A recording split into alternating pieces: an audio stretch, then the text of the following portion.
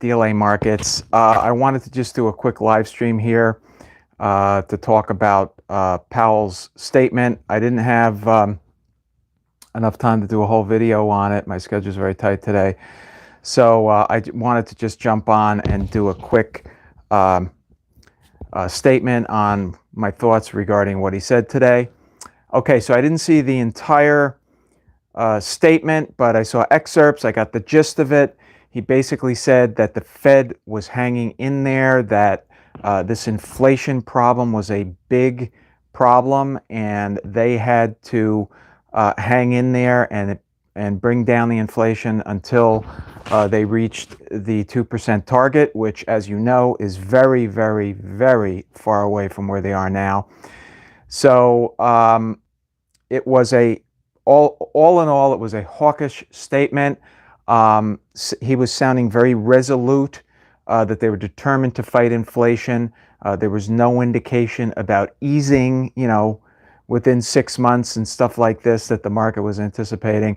So as a result, this freaked out quite a number of market participants. And last time I checked, the Dow was off over 600 points. The NASDAQ was down over 300 points. And the market basically did not like it because they were expecting, and I've talked about this a lot on this channel, they were expecting that either the Fed wasn't really serious, or as soon as they saw economic weakness, they would back off. And I've said many times on this channel that I think that that is very unrealistic. And given how far we are from the 2% target, currently at 8.5% inflation, the Fed has a very long way to go. And we are at the beginning of this process, not at the end, okay?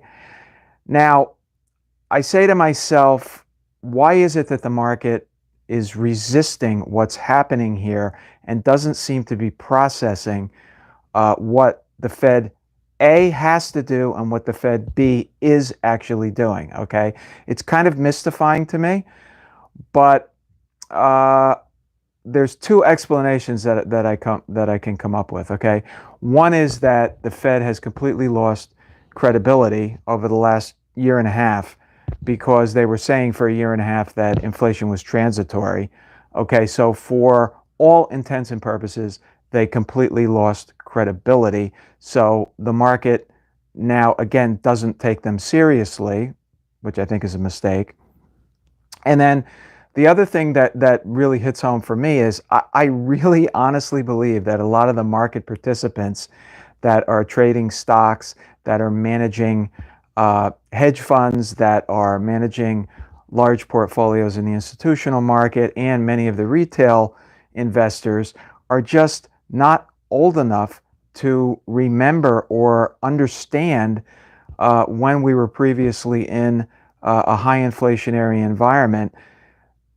These younger people, and younger, I mean, they could be up to 45 years old, 40, 45 years old.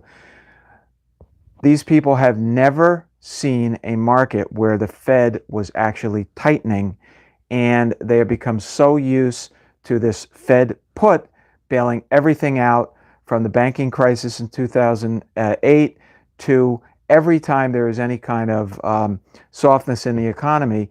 The Fed has just, turned on the printing press and juiced up the economy and come to the rescue of stock investors and also, I would say, real estate investors too.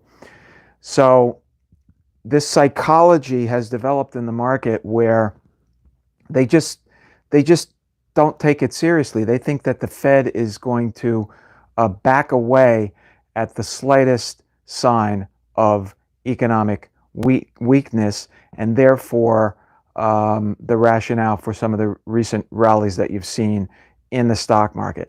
Now, I've said that these rallies, including the most recent one, which is now coming apart, were bear market rallies. In other words, a rally within a bear market. I continue to feel that way. And I think that coming this fall, and it seems to already be starting in September and October, I expect much more volatility when people come back from their vacations, when people come back from the Hamptons, etc., or wherever they are. You're going to see more volatility in the stock and bond market. The reality of what is actually happening here, I think, will begin to sink in, but there is this continuing sort of fantasy world that many people are living in. I call it fairy tale economics, where they think that it hasn't really sunken in the degree of duress that this embedded inflation causes the economy and causes the markets over the long term. It hasn't really sunk in as to what we're really facing here, and therefore there is this inherent resistance to facing reality and to understanding that this tightening of credit, this raising of interest rates could last for a very long time, certainly through 2023. And I don't think that there is a recognition in the market that this could happen, along with all the attenuant consequences of that in corporate profits and things of that nature. Okay, so I do a lot of content on this channel related to these and other issues. I just came out with one that talked about the horrible energy apocalypse that is hitting the world on an international basis, and particularly in Europe. You should definitely check that out on the channel. I'll try and put it below in the description.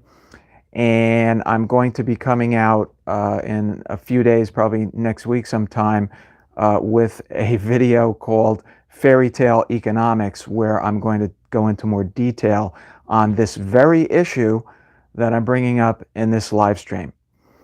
Okay, so I apologize for jumping on. I didn't have enough time to do a full video on this, but I did want to get my thoughts out there to my subscribers and others who may be interested.